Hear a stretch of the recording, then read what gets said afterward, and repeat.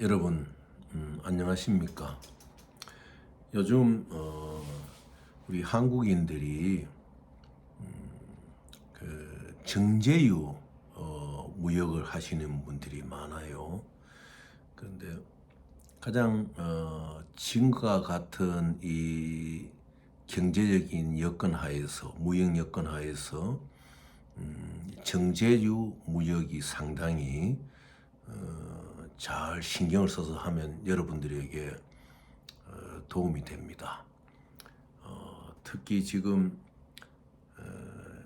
EN590 같은 경우에는 톤당 그래도 한 50불, 60불 적정 마진을 볼 수가 있으니까 뭐 한 달에 한 2만 톤, 3만 톤, 또 좀 여력이 계시는 분들은 5만 톤 이렇게 수입을 하면은 꼭 우리 한국의 그 소비하는 그런 것도 있지만 타이완이라든지 베트남이라든지 이런 곳에는 이제 베트남 같은 경우에는 2만 톤 정도를 할 경우에는 이제 펌핑을 해야 되겠죠. 만 톤 정도 배가 이제 독일이 가는 게 용이하니까 그래서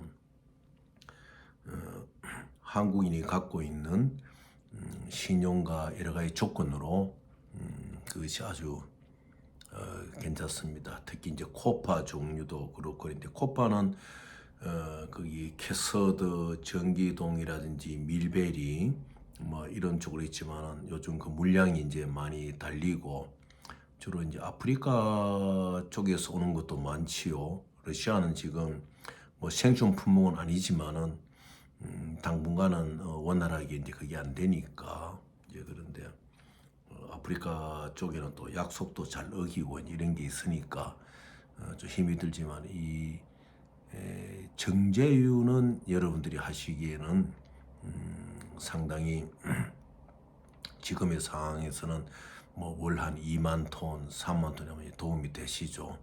그리고 톤당 50불, 60불 마진을 보고 거기에 이제 세금 내고 저반 경비 들어가는 거 한 20불 정도 보더라도 뭐 3, 40불 정도 톤당 마진이면은 뭐 2만 톤, 3만 톤 여러분들이 이제 계산해 보면 안 하시겠습니까?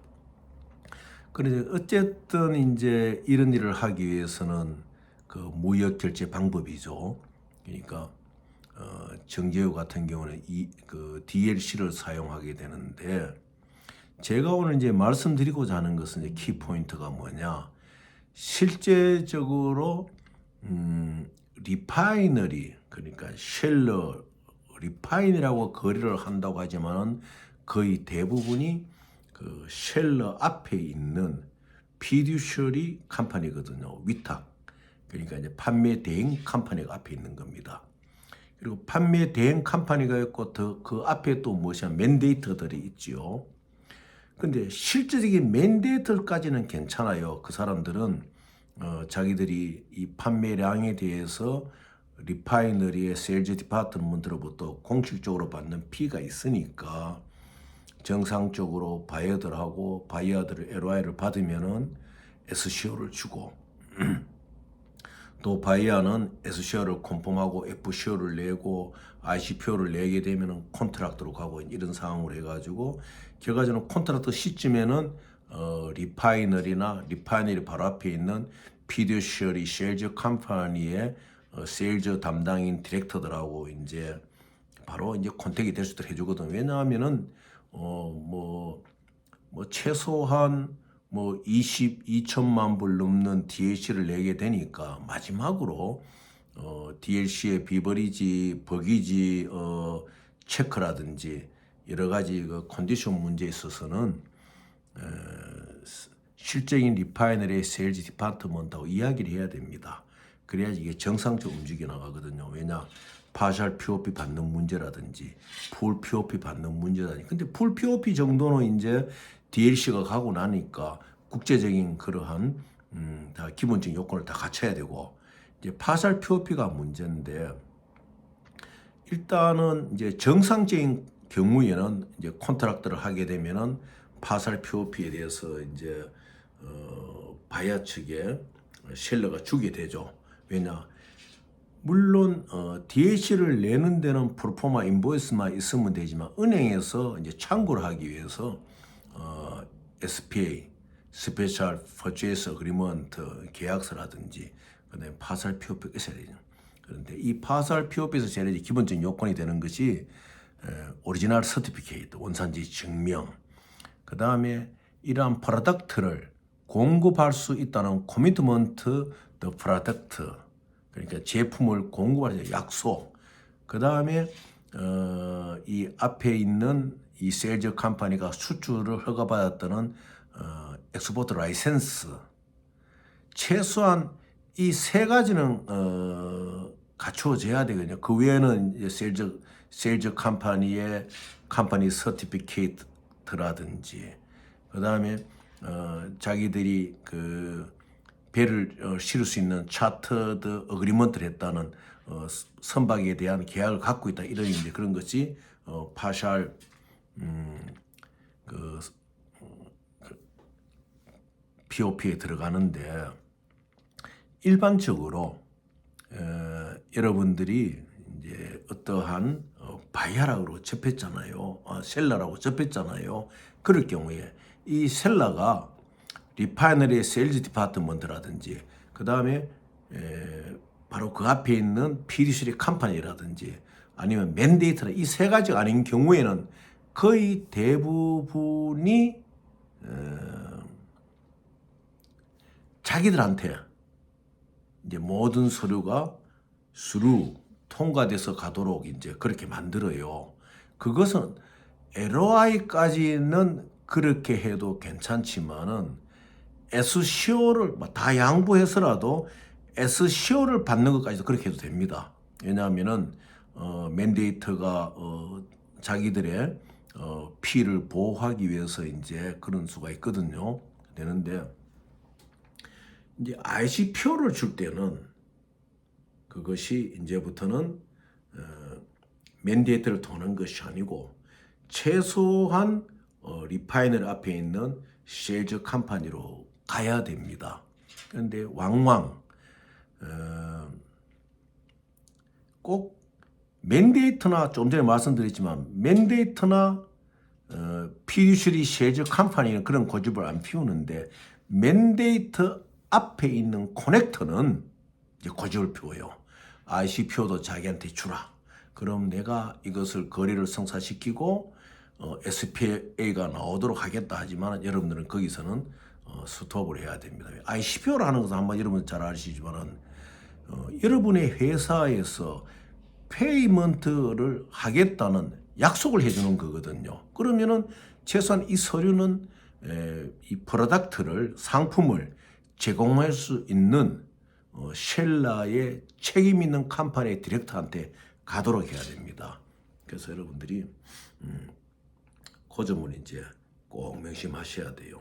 그리고 그 다음에 ICPO가 가게 되면은 이제 세일즈 콘트랙트가 나오잖아요. SPA가 나오면은 SPA에서 가장 중요한 것이 뭐냐? A, 셀러와 B, 바이어가 사인할 때는 파샬 POP를 준다. 이 파샬 POP는 DLC를 내기 위한 기본적인 참고 자료거든요. 거기 여러분들이 꼭 살펴야 될 것이 뭐냐면은 오리진 서티피케이트, 원산지 증명, 그 다음에 서프라이, 코미트먼트 해주는 거죠. 이 제품을 공급하겠다는 약속서, 그 다음에 이 제품을 공급하는데 어떤 제품을 공급하는 그 스펙에 대해서 그 해당 에너지에 관계된 해당 부서의 승인을 받은 증명서, 이 세 개는 여러분들이 꼭 이제 받으셔야 되고, 그 다음에 좀 여러분들이 그 맨데이터하고 관계가 좋다 그러면, 야, 이거 하나 해주라. 꼭 물건을 로딩해서 한다는 리파이너리라는 이 컴퍼니의 약속서, 개런티레다. 그래서 이 네 개를 챙긴다면은 PI와 더불어 은행과 더불어 이제 컨택해가지고 DLC를 할 때 여러 가지 이제 좀 용이하죠. 또 그 다음에는 뭐 의뢰의 좀 괜찮은 셀러들은 차티드 어그리먼트를 줍니다. 우리 선박이 준비됐다. 너에게 보낼 물건은 너로 지정은 안 돼 있지만 우리가 항상 배가 준비되었다는 이제 차티드 어그리먼트를 이렇게 주고 그래요. 그래서 여러분들이 꼭 그걸 챙겨야 됩니다. 그런데 종종 맨데이트나 피듀서리 세일즈 컴퍼니나 리파이너리 이쪽은 괜찮지만은 맨데이트 바로 밑에 있는 이 커넥터들을 맨데이트로 잘못 알고 IC표까지 그 사람들을 통해서 갈 경우에 그 다음부터 SP도 전부 다 그 사람 통해서 받게 돼요. 그러면 여러분들이 어디서 약점이 생기는가 하면은 파살 POP에서 정확히 챙기지를 못합니다. 파살 POP를 정확히 챙기지를 못하고 DLC를 보냈을 경우에는 홀딩이 되는 수가 있어요. 왜냐? 이 맨데이터 앞에 있는 커넥터가 제대로 일을 못했을 경우에는 맨데이터까지 서류가 갔더라도 결과적으로는 리파이너리의 세일즈 디파트먼트에 서류가 가야지 여러분의 프로덕트가 움직이게 되거든요. 그래서 정상적인 파살 표현가 안 나온다. 그래서 여러분들 그 점을 좀 명심하셔가지고 항상 처음에 소개를 받잖아요. 소개를 받으면은 맨데이트나 이쪽 연결이 잘 안 될 경우에는 반드시 빨리 너하고 내하고 이레벌 커블 페이먼트 그러니까 지소 불능 너에게 피를 주겠다는 피 프로데이션 어그리먼트를 하자. 그래 IMF를 해버려야 돼요. 이레벌 피 프로데이션 어그리먼트를 딱 해버리면은 맨데이트 앞에 있는 커넥터가 이제 안심을 하게 되는 거죠. 근데 실질적으로 뒤에 오르는 리파이너가 없는 경우에는 여러분들의 이제 어떤 디테일 그러니까 여러분들의 어떤 그 개인 정보 그것만을 취득해가지고 뭐 그러면 전 세계로 뭐 많이 모을 거 아니겠습니까? 그 개인 정보 그냥 뭐 이래 우리나라로서는 그 아주 나쁜 그 범죄에 속하죠. 그러니까 개인 정보만 모으겠다는 그런 커넥터들이 있어요. 그러면 이제 오일 관계 비즈니스 하다 보면은 그 SP 안에 개인 정보가 다 들어가잖아요. 은행 정보까지. 자기들의 신용 정보에 다 들어가잖아요. 그럼 그것이 결국은 그러한 못된 그런 커넥터도 있어요. 정상적인 계약까지 못 가고 거기서 다 끝나고. 그러니까 뱅크 인수처럼한테도 그런 이제 DOA 같은 거 그런 거 만들듯이. 그래서 여러분들 이러한 원자재 계약을 할 때는 상당히 그런 부분에 여러분들 주의를 하셔야 됩니다.